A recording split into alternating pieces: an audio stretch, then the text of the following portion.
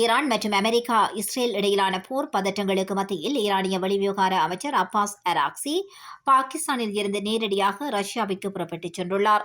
Iran Russia இடையிலான இருதரப்பு உறவுகள் மட்டுமன்றி பிராந்திய மற்றும் சர்வதேச பாதுகாப்பு நிலவரங்கள் குறித்து இதன்போது விரிவாக ஆராயப்படவுள்ளது. அராக்சி கடந்த 2 நாட்களில் 2 முறை பாகிஸ்தானுக்கு விஜயம் செய்துள்ளார். இதற்கிடையில் ஓமானுக்கு சென்று வந்த அவர் தற்போது ரஷ்யாவிற்கு சென்றுள்ளார். இதனிடையே பாகிஸ்தானின் இஸ்லாமாபாத் நகரில் அமெரிக்க பிரதிநிதிகளுக்கும் ரஷ்ய தரப்புக்கும் இடையே நேரடி பேச்சுவார்த்தை நடைபெறும் என எதிர்பார்க்கப்பட்டது. எனினும் தனது பிரதிநிதிகள் நீண்ட தூரம் பயணம் செய்வது நேர விரயம் என்று குறிப்பிட்ட ஜனாதிபதி டொனால்ட் ட்ரம்ப் கடந்த சனிக்கிழமை அந்த திட்டத்தை ரத்து செய்தார். ஈரானியர்கள் எப்போது வேண்டுமானாலும் நம்மை தொலைபேசி மூலம் அழைக்கலாம் என்று ட்ரம்ப் தெரிவித்ததை தொடர்ந்து நேரடி பேச்சுவார்த்தைக்கான வாய்ப்புகள் மங்கியுள்ளன. அமெரிக்கா மற்றும் இஸ்ரேலுடனான ஈரானின் போர் தற்போது ஒரு தற்காலிக போர் நிறுத்த நிலையில் உள்ளது.